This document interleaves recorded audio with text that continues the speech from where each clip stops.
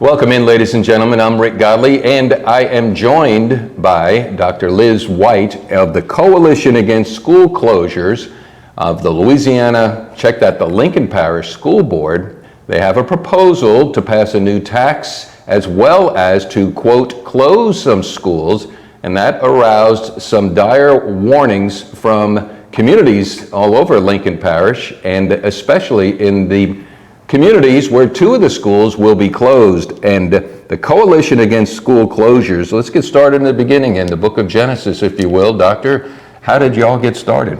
All right. Well, actually, we got started the night the school board voted to consolidate the schools and to close two elementary schools at the school board meeting on February 7th. There were a good number of black people in that audience that night, and they asked all kinds of questions that they did not get satisfactory answers to. And so when the meeting ended, we all kind of gathered up. I said not all of us, but there were 6 or 7 of us especially, gathered on the steps outside the school board office, and we were pretty upset. And we were saying then, we're going to have to get this tax defeated, because what they are trying to do to our communities and to our children and our parents, it just cannot happen. It's just not, that day is out. It was, we could see racial divide. The black school board members all voted against that plan. The white school board members all voted for it. So that was not anything that gave us any kind of satisfaction that night. So they started with, I would say, 6 or 7 of us, and we knew who they were. And so the conversation just kind of like mushroomed in the community, and we decided we need to get together and just officially form an organization to fight this so we can get our people involved. It's amazing how many people I met and spoke to about that plan. They had no clue. They had no idea what was going on. So we said we need to make our community aware of what the school board is about to do. And so the group just kept getting larger and larger. And we had our first meeting and organized, and we had about 23 members at that point. And so with that night, we officially named ourselves a Coalition Against School Closures, because that's what was really a difficult thing for us, to close our schools. And we selected 2 co-chairs. Pastor Terrence Flukas and yours truly were selected as the co-chairs of the organization, and that's how we got started. Well, for those watching this, you and I are sitting on March 31st, so February 7th was the school board meeting that passed this initiative. Sounds like much to your surprise, and it seems to be fast-tracked into a vote to have a new tax, not a renewal one, because the old tax is going to fall off the books, and this is a whole different initiative. Right. So this is February 7th, it's March 31st. Why do you think the rush? I mean, this was not fully prepared for what I'm gleaning from the coalition. That some of the school board members, this was the first time they ever heard about it. Exactly. Is that right? Right, exactly. I know the ones that I've spoken with, the black school board members, they had not heard about it. Now, I heard one of those school board members said that she had met with the superintendent about the plan, something about the plan, or he had met with her. And of course, the questions she asked him, he did not have answers for those questions. So it's, to me, they did not have a plan, and it's very obvious.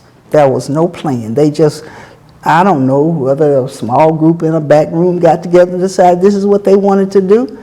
And it all was, it was very hurtful to the black community, I can say that much. Well, and I've been to both of the coalition's meeting at New Rocky Valley Baptist Church in Grambling, which was an overflow crowd, and another big crowd showed up at the Mays Chapel CME Church.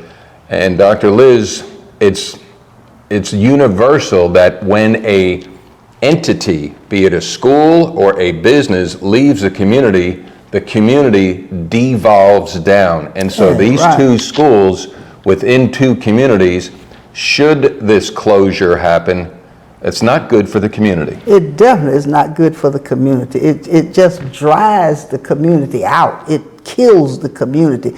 If you don't have schools and churches, I know those are two pillars or anchors in your community. If the schools leave, you're not going to get businesses in the community, or businesses will leave. The property values are affected, people's homes and property values. And you know what else? Someone mentioned this at the town hall the other night. I had not thought of it. This tax is going to be on the backs, essentially, of senior citizens who own property. Most of these are seniors that own property, and a lot of them have only one income. And so, but they're going to be the ones to pay this tax. That had not ever, I don't think they had even considered that. But the community loses its identity, actually. They lose a sense of ownership, because schools bring people together, and they lose a sense of community pride. It's just not good for the community. You're exactly right, and we talked also, and even though it's not spelled out specifically, it's definitely hinted at in what this, quote, new tax proposal will be, is to close the central office. So here you have potentially two schools being vacated, closed, as well as a functioning business environment. That too is gone. But I mean, that's not good for the community either. That's not good, no. All right, so the good number of the members of this coalition, they don't have children or even grandchildren in the Ruston zone who would be affected by this proposal. Why do you feel that you should be involved? Talk to the people about getting involved. Oh, well, my passion, Rick, has always been for educating young people, for coaching young people and helping them to be successful. I coached my siblings. I was in a family my parents had 5 girls and 5 boys. And so there were, half of them were under me. So I coached my siblings. I coached my own children through school and my grandchildren. And now I'm coaching my great-grandchildren. And I've always been very active in my church, and we work a lot with the children, and I coach church children. So I know how critical it is to get those kids properly educated. And we don't have to build a lot of big buildings. We don't need additional long hallways and more classrooms and bright, shiny schools necessarily. We already have schools with those hallways and classrooms. Why can't we get in there and put our priorities on educating our kids? Our test scores they're ridiculous. It's ridiculous. Something is going wrong inside that system. That system we already have. I think of a very good quote from Booker T. Washington. He said, "Let your bucket down where you are." We have facilities. Let's get in there and see why our kids are not academically performing at a high level. Ruston could be a flagship education system in this state if we get to that and make that a priority. Well, Lincoln Parish has always been, it seems, statewide, been looked up to, no pun intended, being the upper part of the state, but for having excellent schools, we have 2 universities. Education that's the reason why Lincoln Parish is here in the first place, with the Chautauqua movement and with Ruston College prior to Louisiana Tech, and the colored Chautauqua of 1909 that was a precursor of Grambling State University. Right. So the rest of the state looked up to us, and by and large, I would dare say we do have education as a priority, with the exception, like you're saying, though. And obviously the statistics prove that, so let's target those statistics and do better in that category.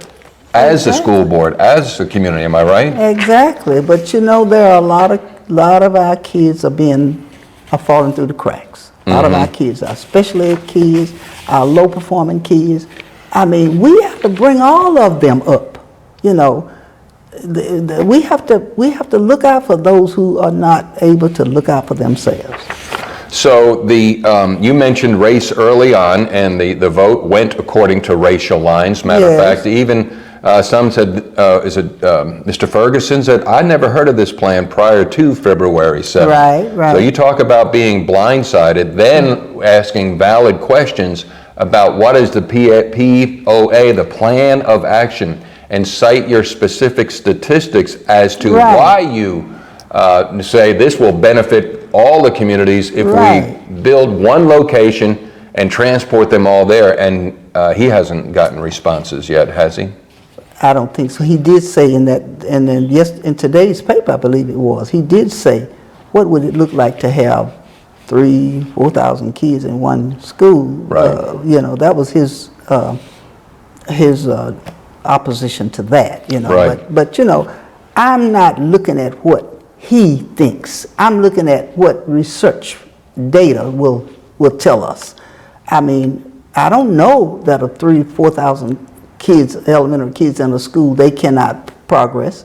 But I think we ought to look at all angles of that, not just putting the schools where the school board proposes to put them on the north side of the interstate and close these down on the south side. No, that's a no-no. Sure. What are the biggest challenges that the coalition has been facing since you've started? What are the big? Well, for one thing, most of our people are retired individuals. They don't have children, grandchildren in the schools that would be affected by this. But we have tried to get young people involved in this movement, and that's been a challenge. That's been difficult. Parents, we can't get the parents. You know, we all have a stake in this school, and there's an African proverb that says, it takes a village to raise a child. Mm-hmm. All of us need to be involved, and especially the parents ought to be up front in this.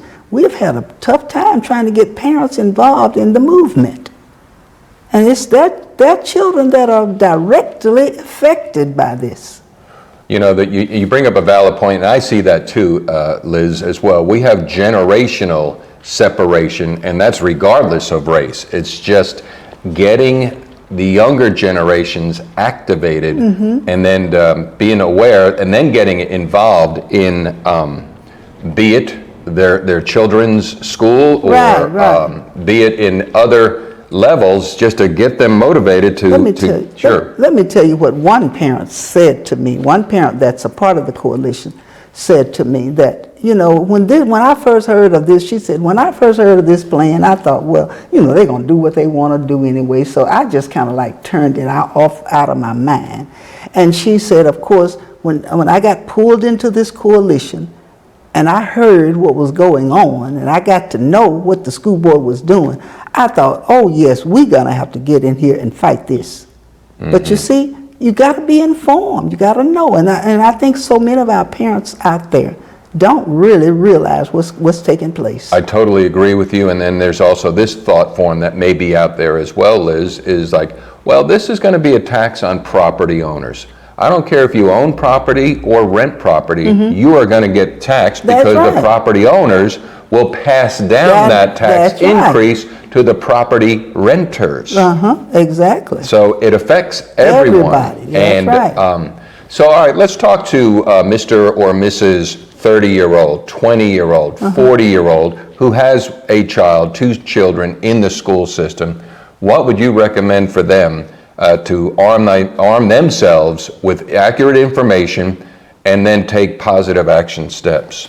Well, first of all, as I implied earlier, here is a group, the Coalition Against School Closures. You have a group of the community made up of different sectors of the community. We have ministers in here, we have educators in here, we have teachers in it, we have recreation people and nurses, and we have a cross-section of the community.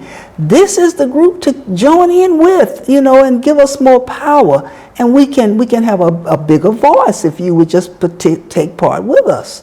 That's one of the first things I say, and certainly go to that superintendent, those school officials, and have them answer to you. They got to be accountable to you. If it were not for your kids, they wouldn't have schools. They should consult with parents or give attention to the parents first of all. And then there are other stakeholders that are just as important. Each school board member, I'm going to provide a list of their emails because that's public record for you. If you're so motivated to actually do something, such as an email, send them an email, ask questions, ask for clarification. And another thing too, Liz, is that the school board meeting will be meeting this coming Tuesday. I think that is April 4th. April 4th at 6 p.m.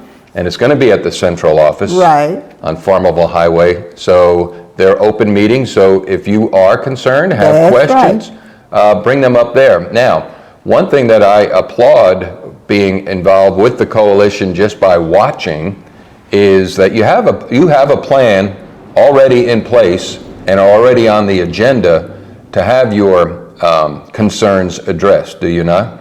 We do. At the meeting, we're going to go before the school board on Tuesday night, and we're going to be trying. We want to compromise. We're not just out here making a lot of fuss. I know. We want them to listen to all the stakeholders.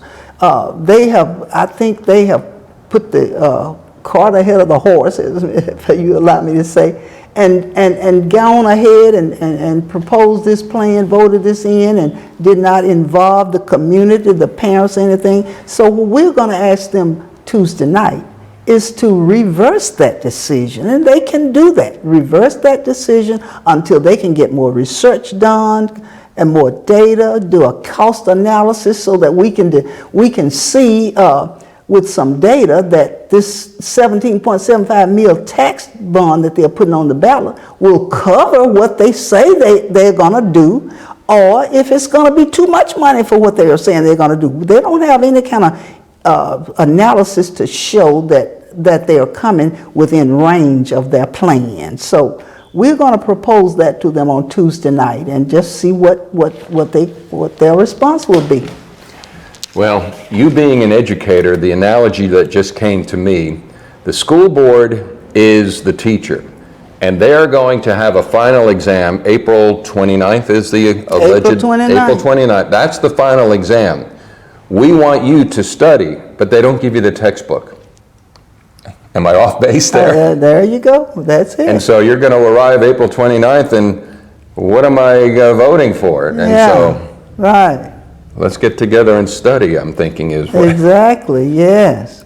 Any other closing? And we can get started on that. If you have not already been a part of the coalition, we can get started on that at that school board meeting on Tuesday night, April 4th, 6 o'clock p.m. on Farmerville Highway. I believe it's 410 South Farmerville. And I'm Rick Godley. My number is 318-243-4681. I'd be happy to set up a dialogue with whomever to present your sides of the case and just be walking the light as he is in the light, and then we'll have fellowship one with another. But without being transparent up front,